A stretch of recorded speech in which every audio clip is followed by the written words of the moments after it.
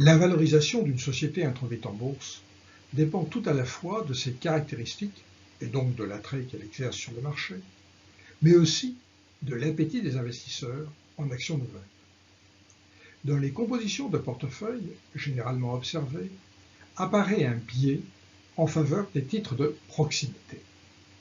Ceci peut s'expliquer par la meilleure connaissance qu'ont les investisseurs des entreprises du tissu économique local. Prenant en compte simultanément l'ensemble de ces arguments, Bashiri, Karosi et Mengoli produisent dans le Journal of Banking and Finance une étude originale sur l'effet de la proximité spatiale des centres de décision d'entreprise sur leur valorisation au moment de leur introduction en bourse. L'idée de base est la suivante.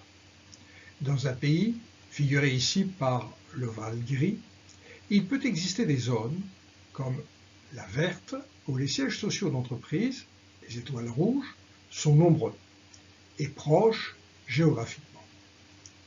Il peut exister aussi d'autres zones, comme la bleue, où les sièges sociaux sont rares et isolés des autres.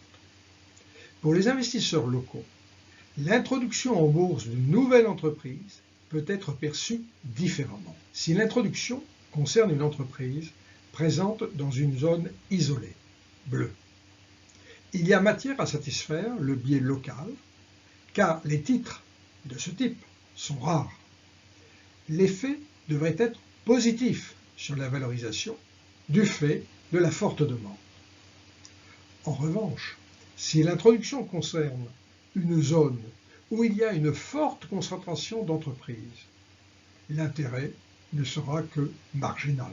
Bashiri, Karosi et Mengoli vont donc chercher à mesurer la proximité géographique relative des entreprises cotées en bourse au sein d'un ensemble homogène. Ici, le marché boursier italien. Les distances sphériques sont directement déduites des coordonnées, latitude-longitude, des sièges sociaux, tels qu'ils apparaissent sur Google Maps. Les auteurs empruntent aux sciences de l'écologie l'indice de dispersion spatiale de Johnson et Zimmer. Cette mesure permet de dire si, au vu d'un échantillon particulier, une firme apparaît relativement isolée ou proche des autres. Comme il ne s'agit que d'une mesure relative et que les valeurs ne s'interprètent que dans le contexte de l'échantillon particulier, les auteurs la transforment en une simple mesure ordinale à 4 modalités, de isolé en très concentré. L'intérêt de recourir ici à des outils plus utilisés dans le domaine des sciences de l'écologie est d'essayer de mesurer les effets d'interaction entre firmes opérant dans des espaces plus ou moins proches, comme on le ferait pour des êtres vivants. À côté de la rareté de titres locaux, et donc des caractéristiques de l'offre, Bashiri, Karosi et Mengoli prennent en compte aussi les caractéristiques géographiques de la demande. Elle est considérée comme d'autant plus favorable que l'entreprise est située près d'une capitale régionale dotée d'un pouvoir d'achat élevé. Un indice pondéré de distance à la richesse disponible est ainsi calculé. L'échantillon est composé des sociétés non financières cotées à la bourse de Milan. Les 1668 observations annuelles portent sur la période 1999-2007, au cours de laquelle on relève 151 introductions en bourse. Pour estimer l'importance du premium apporté à la valorisation boursière par les dimensions de localisation, les auteurs estiment un modèle de régression où la variable dépendante est le log du ratio market to book et les deux variables explicatives, les deux indices spatiaux de concentration des entreprises cotées et de concentration de la richesse disponible. Les coefficients associés aux deux indices sont significatifs et ont les signes attendus, négatifs pour la concentration des firmes et positifs pour celle du revenu disponible.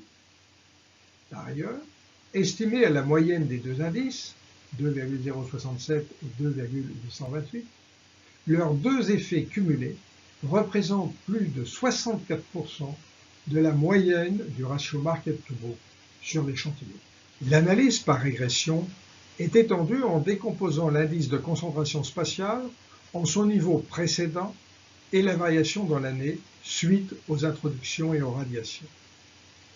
En se limitant à son niveau initial, on retrouve un coefficient négatif, significatif et voisin de ce qui a été trouvé précédemment. En introduisant les deux variables indicatrices d'interaction correspondant soit à un accroissement, soit à une baisse de la concentration spatiale, on observe à la fois des réactions asymétriques, effet négatif prononcé en cas de plus grande concentration, tant au niveau de la variable initiale que de son changement.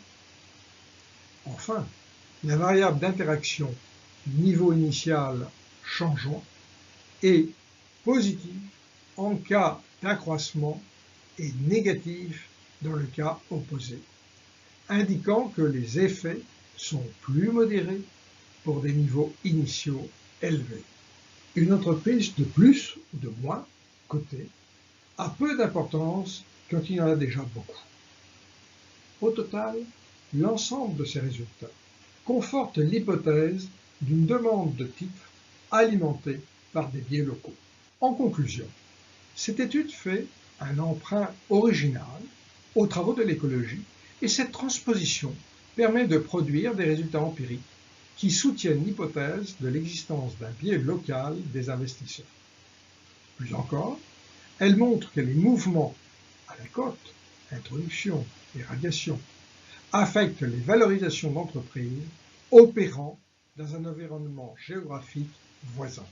Enfin, si par parcimonie, nous n'avons pas repris la totalité des résultats exposés dans cet article, nous pouvons cependant mentionner les effets mesurés de ces indicateurs spatiaux sur les sous-évaluations initiales constatées lors des introductions en bourse.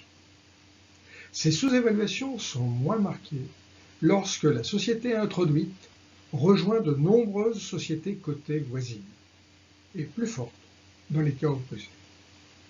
Au total, les dimensions semblent pertinentes pour expliquer une partie des différences de valorisation boursière au moment des introductions en bourse.